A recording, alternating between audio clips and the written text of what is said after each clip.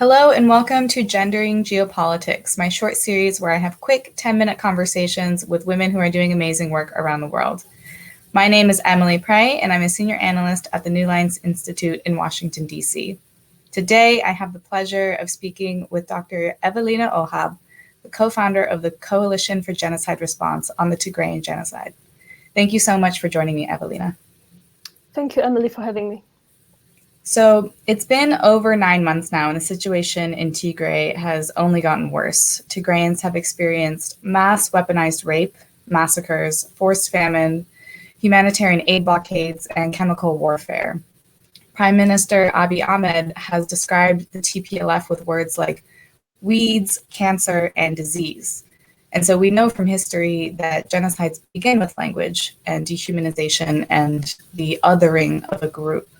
So why doesn't anyone seem to know or care that this is happening? It's been 9 months. So what is the US and what is the world doing?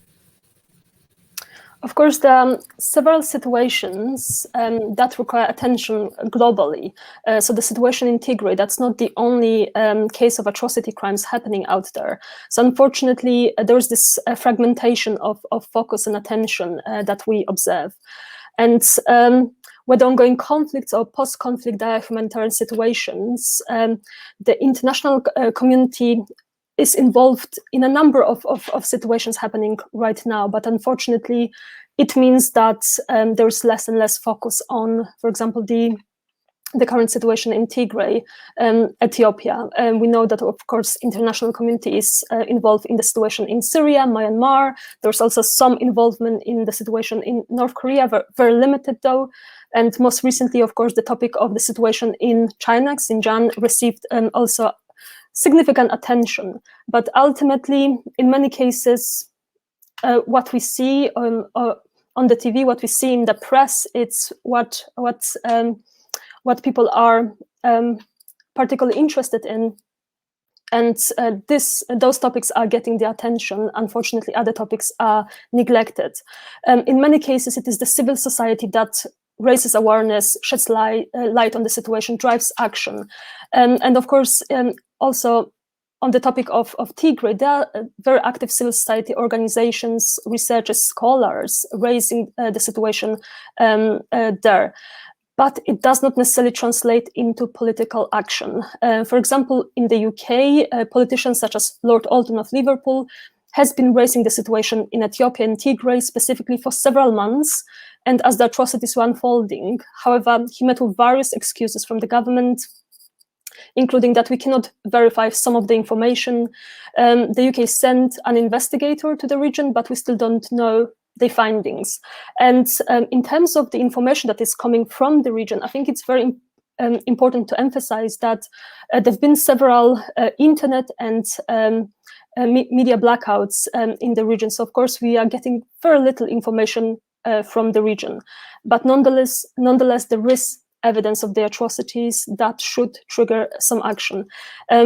Another reason why there is little attention on the situation in Ethiopia is the usual. It is happening in Africa. If we look at the situation in Africa and at the responses of the international community, we see that the responses are weak and definitely not comprehensive to the severity and the nature and the recurrence of such severe human rights violations and atrocity crimes in the region. And Tigray is not Ethiopia and Tigray is not the only case. If you look, for example, what has been happening in Nigeria. In Nigeria, we have atrocities happening on a regular basis. However, and also Nigeria is not getting the attention it should. So this is an ongoing problem that we've been observing, and this is a massive mistake as well. As it was clearly stated recently in a report about, for example, the situation of Daesh and what's been happening with Daesh over recent months. We are observing the rise of Daesh, for example, in African countries. And why? Because they can do that there. They can do that with little response from international community. So I think, unfortunately, such organizations as, for example, Daesh are realizing that international community is not focus on what's happening in a number of regions in Africa and are abusing this situation. So we should pay more attention to what's happening in Africa, in many countries in Africa. But of course, don't want to go too far from the topic of Tigray and Ethiopia, but that's one of the massive issues that we're observing, that international community is not paying enough attention to what is happening in a number of African countries. It's incredibly unfortunate that it matters where conflicts or crises or genocides are happening and how the international community responds to it.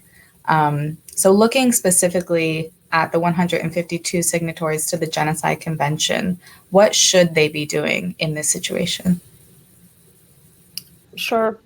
I think the first question should be, is the Genocide Convention engaged? Are the states under a duty to prevent and punish in the case? And of course, we need to look at the duty to prevent. And as the International Court of Justice clarified, the duty to prevent is to be triggered where the state learns or should have learned of a serious risk of genocide. And the question is then, is there a serious risk of genocide in the case? And I do believe so. Genocide Watch and the US Holocaust Memorial Museum have been warning of the risk of genocide or atrocity crimes for months, and for months before the recent conflict that began in November 2020. And the obligation is then to employ all means reasonably available to them so as to prevent genocide so far as possible. And this, for example, could include engaging with the government to ensure that humanitarian corridors are open, internet and media blackouts are stopped. But also we need to move beyond such diplomacy and take steps, for example, to ensure that there are mechanisms that will monitor the situation, collect, preserve the evidence for future prosecutions. And of course, there is more that needs to be done to help the people in the region.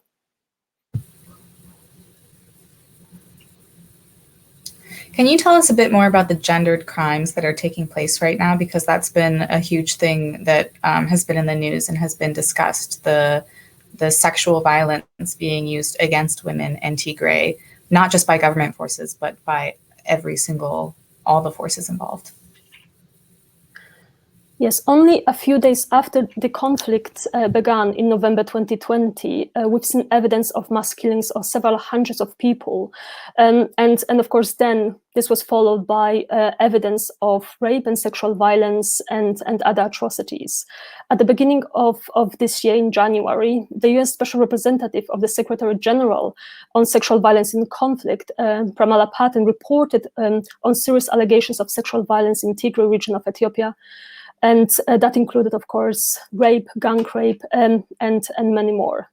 And only a few weeks ago, Amnesty International published a new report, including interviews with many survivors, victims and survivors of these atrocities. And this report is particularly important as of course, it sheds more light on the situation and includes very graphic details of what those women went through. And it includes evidence of a shocking level of brutality, beatings, death threats, and ethnic slurs being used, of course, as the atrocities were being perpetrated. This report also mentions that, for example, the use of sexual violence was often accompanied by threats and by additional acts of physical and psychological torture aimed at causing lasting fear and physical and psychological damage. I have one quote that I wanted to mention as well, and that was again from the recent report of Amnesty International, and the woman who was raped in November 2020 testified that they raped me one after the other. I don't know if they realized I was pregnant. I don't know if they realized I was a person. And some of the abused women and girls were held in sexual slavery for several weeks. So unfortunately, this is just a tip of an iceberg of what we are yet to hear. And as times passes by, we'll see more and more evidence coming from the region. But unfortunately, what we need to prepare ourselves for is several other testimonies of rape and sexual violence, sexual slavery, and horrific brutality. The report that you mentioned was incredibly difficult to read, but it's so important that survivors are able to come forward to share their stories and to share their testimony about what happened so that the rest of the world can bear witness to it. And speaking of survivors of sexual violence, why is it so important that international law, that governments around the world, the UN and other entities recognize sexual violence as a war crime, as a crime of genocide?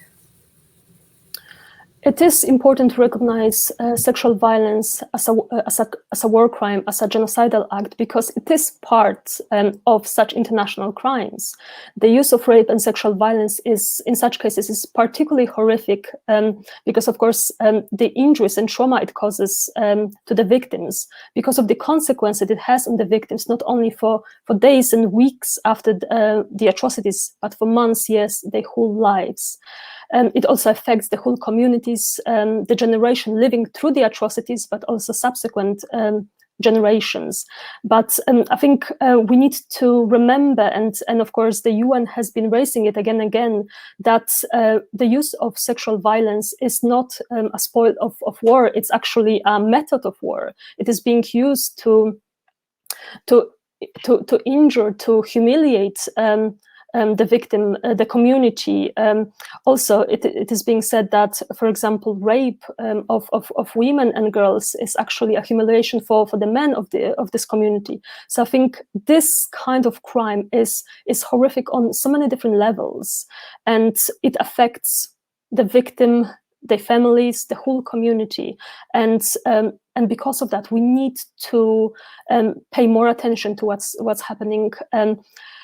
Introduce new mechanisms that will actually address the use of sexual violence and specifically refer to those atrocities because of the horrific impact on the whole communities. And over the years, there have been some initiatives, important initiatives to address sexual violence, whether in conflict or outside of conflict scenarios.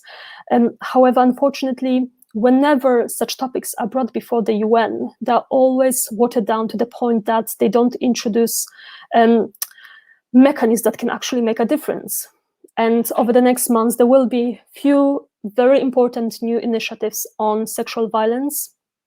And I would definitely encourage everyone who is listening today to pay attention and to observe the progress with those new initiatives on sexual violence, because they are important, and we need to move away from just condemning the atrocities.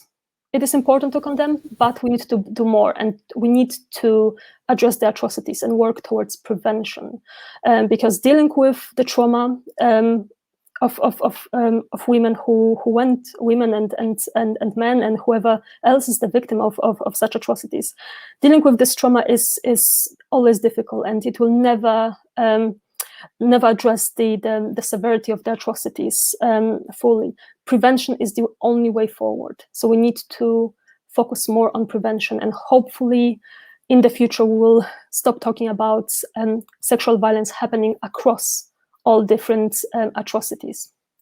All different conflicts.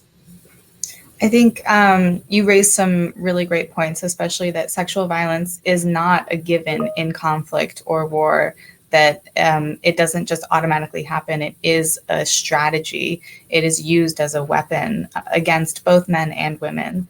And also that victims of sexual violence are victimized over and over again. It's not just during the act itself, it's after the fact. It's how it affects the victim, their community, and their lives moving forward. Ewelina, I want to thank you so much for coming on Gendering Geopolitics and for all your amazing work that you do on genocide to raise awareness about the issue around the world. So thank you so much.